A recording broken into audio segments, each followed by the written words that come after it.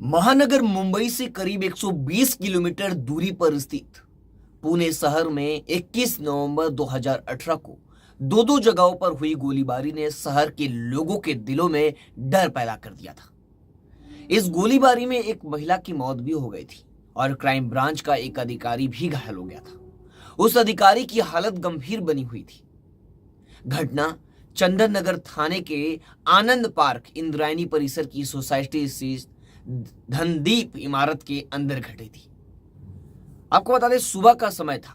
3 गोलियां चलने की आवाज से वहां रहने वाले लोग चौंक जाते हैं। गोलियों की आवाज इमारत की पहली मंजिल और दूसरी मंजिल के बीच बनी सीढ़ियों से आई थी। आवाज सुनते ही पहली और दूसरी मंजिल पर रहने वाले लोग अपने फ्लैटों से बाहर निकल आए और वहां का दृश्य देखकर उनका कलीजा मुंह को आ गया। सीढ़ियों पर एकता ब्रिजेश भाटी नाम की युवती खून से लथपथ पड़ी थी। वह पहली और दूसरी मंजिल के तीनों फ्लैट में अपने परिवार के साथ किराए पर रहती थी। शोर शराबा सुनकर इमारत में रहने वाले अन्य बाकी लोग भी वहां आ गए। लोग घायल महिला को अस्पताल ले गए, लेकिन डॉक्टरों ने उसे वहां पर मृत घोषित कर दिया। वहां पर उसे नहीं बचा पाई डॉक्टर की टीम। अस्पताल द्वारा थाना चंदन नगर पुलिस को सूचना दे दी गई। सुबह सुबह इलाके में घटी इस सनसनीखेज घटना की खबर पाकर थाना यानी जो पुलिस स्टेशन है चंदन नगर के जो पीआई हैं राजेंद्र मलिक, वो अपनी टीम के साथ अस्पताल की तरफ रवाना हो गए, अपनी पूरी टीम के साथ, बंदोबस्त के साथ। अस्पताल में राजेंद्र मलिक को पता चला कि एकता भाटी को उसके फ्लैट पर ही गोलियां मारी गई थी। डॉक्टरों ने बताया कि एकता को 2 गोलियां लगी थी। एक गोली उसके पेट में लगी थी और दूसरी सिर को भेदते हुए आर पार निकल गई थी। थाना प्रभारी अस्पताल में 2 कांस्टेबलों को छोड़कर घटनास्थल पर पहुंच गए, यानी वह मौका वारदात पर वहां क्या हुआ था देखने।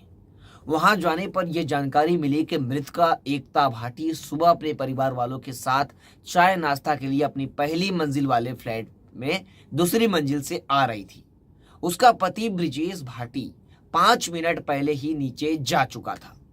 वह अपने पिता और बच्चों के साथ बैठा पत्नी के आने का इंतजार कर रहा था ब्रिजेश भाटी। उसी समय यह घटना हुई थी। थाना प्रभारी ने मुआयना किया तो एक गोली का निशान सीढ़ियों के पास दीवार पर मिला। इसका मतलब हमलावर की एक गोली दीवार पर लगी थी और ब्रिजेश भाटी ने पुलिस को बताया कि उन्होंने 3 गोलियां चलने की आवाज सुनी थी। मामला काफी संगीन था।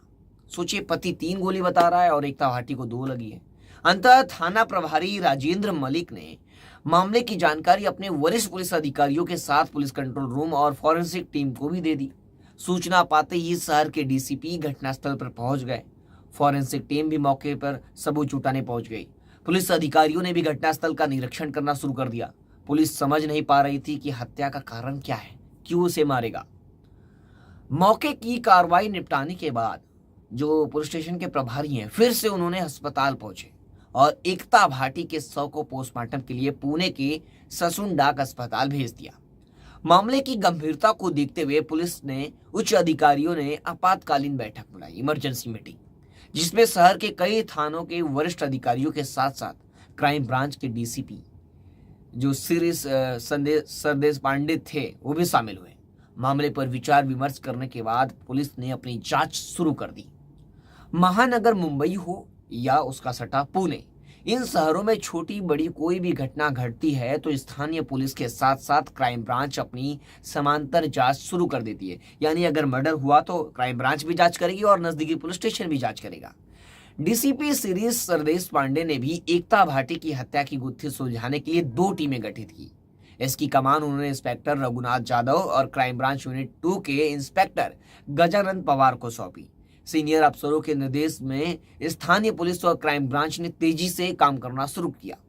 उन्होंने सबसे पहले पूरे शहर की नाकेबंदी कराकर अपने मुखबिरों को सजग कर दिया, यानी खबरियों को। मृतक एकता भाटी का परिवार दिल्ली का रहने वाला था, इसलिए मामले के तार दिल्ली से भी जुड़े होने का संदेह था, यानी शक था। इसके साथ साथ उन्होंने घटना की तह तक पहुंचने के लिए आसपास के लगे सारे सीसीटीवी कैमरों की फुटेज को खंगालना शुरू कर दिया। पुलिस को इससे पता चला कि हत्यारे मोटरसाइकिल पर आए थे।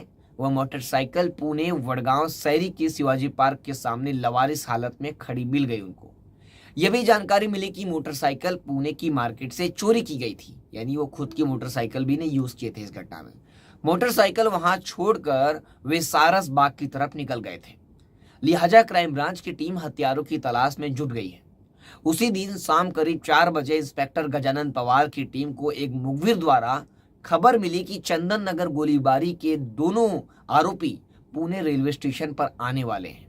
वह प्लेटफॉर्म नंबर 3 से 5:30 बजे छूटने वाली झेलम एक्सप्रेस से दिल्ली भागने वाले हैं। ये बड़ी जानकारी पुलिस को हाथ लग गई। अब ये खबर उनके लिए काफी महत्वपूर्ण थी। ये खबर अपने वरिष्ठ अधिकारियों को देकर यह हत्या के आरोपियों को गिरफ्तारी की योजना तैयार करने में पुलिस जुट गई। गाड़ी छूटने से पहले उन्हें अपने मोर्चा मजबूत करना था पुलिस को, इसलिए उन्होंने इस मामले की खबर चंदन नगर पुलिस के साथ साथ वडगांव पुलिस और पुणे स्टेशन जीआरपी को भी दे दी। इंस्पेक्टर गजानन पवार अपनी टीम और क्राइम ब्रांच के इंस्पेक्टर रघुनाथ जादव की टीम ने पुणे रेलवे स्टेशन के प्लेटफॉर्म नंबर 3 पर खड़ी झेलम एक्सप्रेस पर शिकंजा कस दिया। स्थानीय पुलिस टीम भी रेलवे स्टेशन के प्लेटफॉर्म नंबर 3 पर नजर रखे हुए थे, जबकि इंस्पेक्टर गजानन पवार कांस्टेबल मोहिउद्दीन शेख के साथ स्टेशन के सीसीटीवी कैमरों की कंट्रोल रूम में बैठकर आने जाने वाले मुसाफिरों को बड़े ध्यान से देख रहे थे, यानी यात्रियों को पर उनकी काफी नजर थी। जैसे जैसे गाड़ी के छूटने का समय नजदीक आ रहा था, वैसे वैसे उनकी बेचैनी बढ़ती जा रही थी कि क्या हो रहा है, होने वाला है। एक बार तो उन्हें लगा कि शायद आरोपियों ने अपना इरादा बदल लिया होगा इसलिए आए नहीं, लेकिन दूसरे ही क्षण उनकी निगाहें पड़ गई।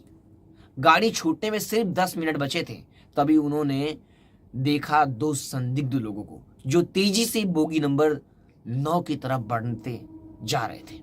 यह समय पुलिस के लिए बहुत महत्वपूर्ण था। इंस्पेक्टर गजानन पवार ने पुलिस टीमों को सावधान कर दिया। वह खुद कोच नंबर 9 के पास पहुंच गए। उन्होंने आगे बढ़कर उन दोनों को डिब्बे में चढ़ने से रोक लिया और उनकी अपनी आईडी दिखाकर कहा, और उनमें से एक ने अपनी आईडी दिखाने के बहाने अपनी जेब से रिवॉल्वर निकाला और इंस्पेक्टर गजानन पवार को निशाना बनाकर 3 गोलियां चला दी। अचानक चली गोली से इंस्पेक्टर पवार ने खुद को बचाने की कोशिश की, लेकिन एक गोली उनके जबड़े में लग गई। दूसरी गोली उनके कंधे को टच करती हुई निकल गई। सोचिए, और इस हादसे में एक आदमी को भी एक गोली जाकर लग गई। प्लेटफॉर्म पर चली गोलियों की आवाज से स्टेशन की मौजूद सारे यात्रियों में भगदड़ मच गई। झेलम एक्सप्रेस में चढ़ने वाली यात्रियों में भगदड़ मचने से भारी बवाल हो गया स्टेशन पर। इसी भगदड़ का लाभ उठाकर बदमाश अपनी रिवॉल्वर लहराते हुए भागने लगे, लेकिन इनमें सफल नहीं हो सके। कुछ दूरी पर मुस्तैद इंस्पेक्टर रघुनाथ जादव ने दौड़कर इंस्पेक्टर गजानन पवार को संभाल लिया और उन्हें अस्पताल भेज दिया। अन्य पुलिस वाले हमलावरों के पीछे भागने लगे। स्टेशन से निकलकर दोनों हमलावर सड़क पर भागने लगे। पुलिस भी उनके पीछे थी। सड़क पर चल रही भीड़ की वजह से पुलिस उन पर गोली भी नहीं चला सकती थी, क्योंकि गोली किसी और को भी लग सकती थी। तभी माल धक्का रेड लाइट पर तैनात बर्ड गार्डन ट्रैफिक पुलिस के कांस्टेबल राजेंद्र सेलके ने एक हमलावर को दबोच लिया। दूसरे को जीआरपी ने पकड़कर क्राइम ब्रांच के हवाले कर दिया। वहीं हमलावर की गोली से घायल इंस्पेक्टर गजानन पवार और घायल आदमी को पास के ही रूबी अस्पताल में भर्ती करवा दिया गया था, जहां घायल आदमी की मृत्यु हो गई, यानी उस यात्री की मौत हो गई। इंस्पेक्टर गजानन पवार की हालत नाजुक बनी हुई थी। तब आपको बता दें, इन लोगों ने इस मामले को अंजाम क्यों दिया था। पकड़े गए हमलावरों से पूछताछ की गई तो उनमें से एक ने अपना नाम शिवलाल उर्फ शिवा बाबूलाल राव बताया, जबकि दूसरा उसका 19 वर्षीय बेटा मुकेश उर्फ टी शिवलाल राव था। दोनों ही मूल रूप से राजस्थान के पाली जिले के रहने वाले थे। हम उन लोगों ने ऐसा क्यों किया, ये आने वाली कहानी में आप लोगों को बताऊंगा। लेकिन आप लोगों की कहानी कैसी लगी हमें कमेंट सेक्शन में जरूर बताएं। मुझे एक पार्ट में कहानी पूरी करनी चाहिए या 2 पार्ट करनी चाहिए कहानी के, कमेंट करके जरूर बताएं, तो कल से कहानी पूरी होगी।